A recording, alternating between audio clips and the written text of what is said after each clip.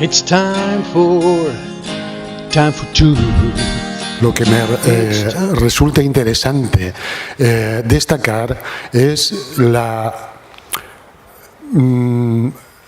falsedad de una teoría médica que todos practicamos o hemos practicado en algún momento de nuestra vida. Es decir, hace solamente 100 años que se habla de infecciones. En la historia de la medicina eso es un hito.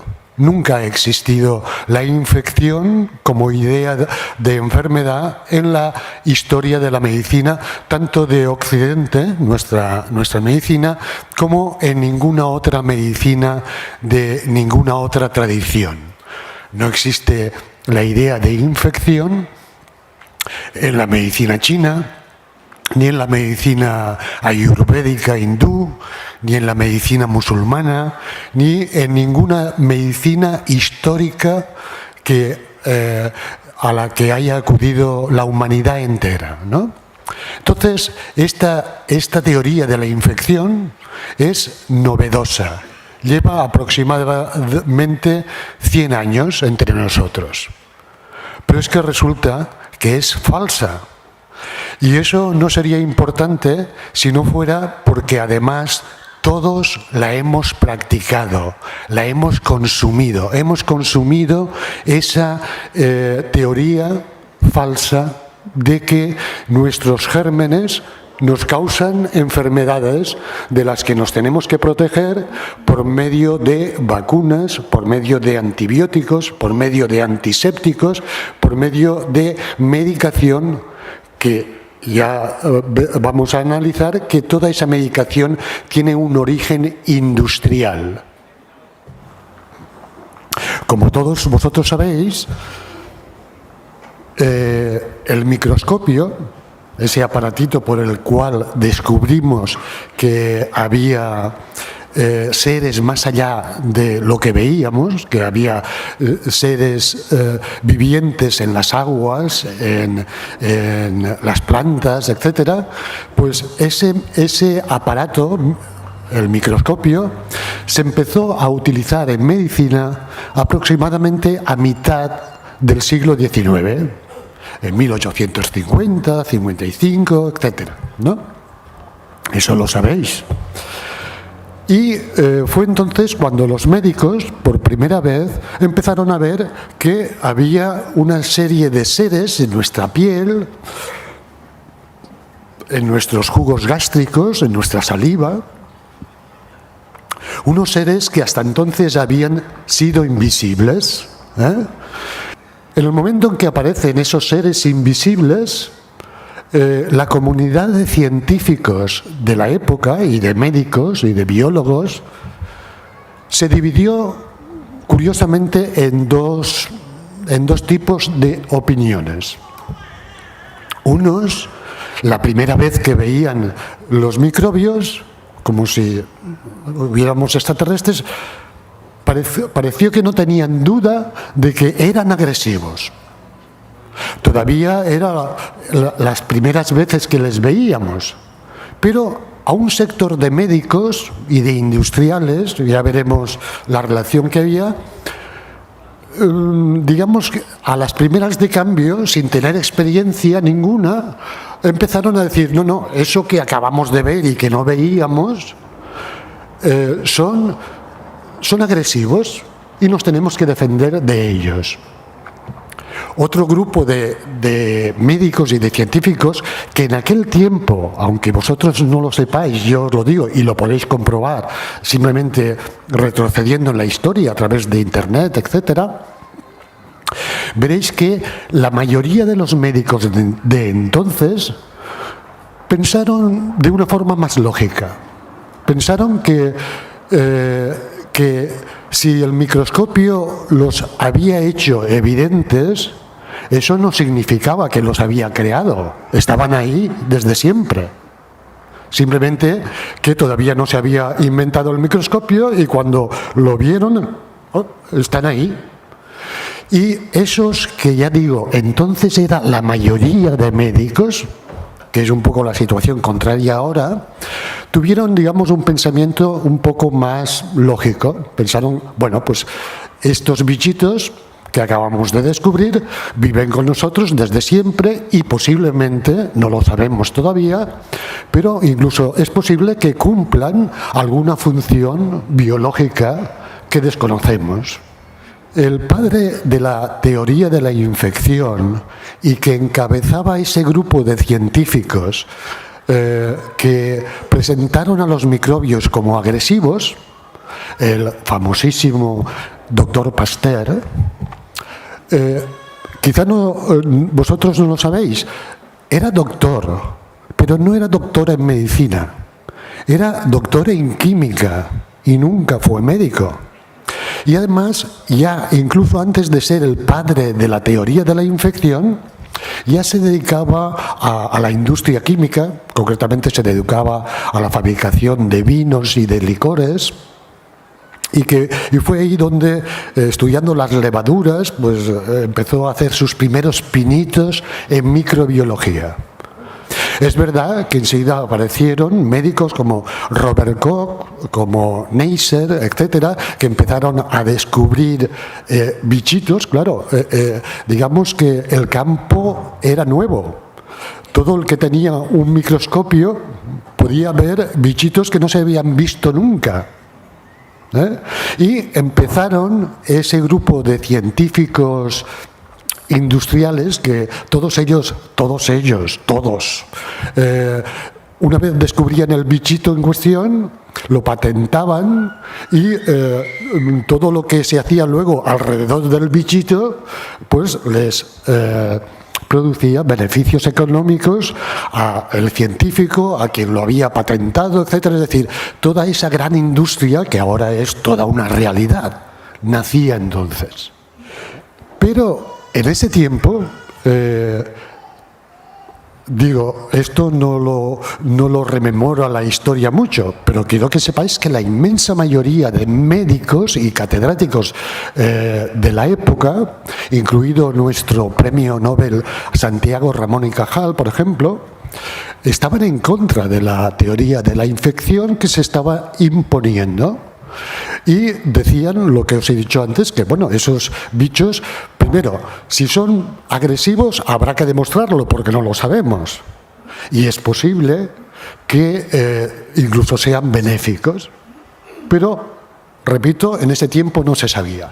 Sin embargo, aunque no se supiera, ya se empezaron prematuramente a acusarlos de producir enfermedades y a producir productos que nos libraban de esos bichitos agresivos que acababan de aparecer. Y aparecieron las primeras vacunas. Todas estas enfermedades que describieron Pasteur, Robert Koch, que era pues la tuberculosis, la gonorrea, el cólera, etcétera, se describieron en el siglo XIX, cuando los primeros microscopios eran poco potentes. Sin embargo, 20 o 15 o 25 años después, médicos que no han pasado a la historia y que no pusieron sus nombres a los bichitos, es decir, médicos que ninguno de ustedes conoce, pero que existieron, empezaron a ver los bichitos con el microscopio y a cultivarlos, puesto que las bacterias, su estudio y su cultivo es muy, muy sencillo de hacer. Se puede hacer en cualquier cocina. Y entonces esos médicos que no pasaron a la historia vieron que esas bacterias que habían sido acusadas de producir determinadas enfermedades, las tenemos todos. Es decir, Robert Koch, cuando apenas descubrió sus primeros microbios, definió 4 o 6 postulados, que se llaman los postulados de Koch, para digamos, definir lo que era una enfermedad infecciosa. Y los postulados, verdaderamente, si vosotros los leéis, tienen lógica, solo que no se cumplen. Por ejemplo, el primer postulado dice que para afirmar que una bacteria produce una determinada enfermedad, se tiene que hallar esa bacteria en esa persona que padece esa enfermedad. Eso es lógico, ¿no? Y añade que solamente se tiene que encontrar en esa persona que está enferma. No se tiene que encontrar en su vecino que no está enfermo. ¿Eso es lógico o no? Pues es de cajón. Y resulta que descubrieron que si uno tenía difteria, por ejemplo, le cogías muestras y aparecía el bacilo de la difteria. Pero si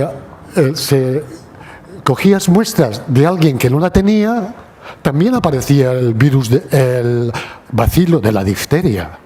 Entonces, ¿por qué afirmo yo que a uno le produce la difteria y a otro no le hacen ni cosquillas? Es decir, es un artefacto, ¿eh? De hecho, durante toda la mitad del siglo XX, hasta la Segunda Guerra Mundial, la mayoría de los médicos, no solamente los médicos docentes, sino los médicos clínicos de cada día, los médicos de pueblo, los médicos urbanitas, no aplicaron la teoría de la infección y les costó introducir la práctica de las vacunas. Porque los médicos normales, yo incluso con mi edad, incluso después de la Segunda Guerra Mundial, el médico de mi pueblo era anciano, es verdad, pero había sido un médico de estos que no creía en las vacunas, y era el médico del pueblo, pero ahora luego os explicaré cómo ahí, más o menos en la década de los 50 y de los 60, ese tipo de médicos, digamos, se extinguió, simplemente por el paso del tiempo, ¿no? Y por la influencia de la doctrina industrial de la vacunación y los antibióticos. Pero si vosotros os echáis la molestia de revisar, veréis que la mayoría de los médicos de la primera mitad del siglo XX hasta la Segunda Guerra Mundial eran como yo ahora. Estaban en contra de las vacunas y creían que nuestros microbios, no hay ninguna muestra ni ninguna prueba de que sean agresivos. En todo caso, ahora ya sabemos que muchos de ellos cumplen funciones, son simbiontes nuestros, viven con nosotros y nos ayudan a vivir, puesto que muchos de ellos tienen funciones defensivas, tienen funciones digestivas, tienen funciones metabólicas y simplemente viven con nosotros desde siempre. Y debido al poder del dinero, lo digo en general, porque el dinero se traduce en grandes multinacionales, etcétera, etcétera. Eso ha logrado incluso no solamente cambiar, digamos, influirnos a todos, sino incluso cambiar la docencia médica, puesto que desde la Segunda Guerra Mundial todos los médicos, todos los que son preparados en Occidente, son preparados con la única lección de que la infección existe, nos la causan nuestros propios gérmenes y hay que utilizar vacunas y antibióticos para defendernos de nuestros propios gérmenes.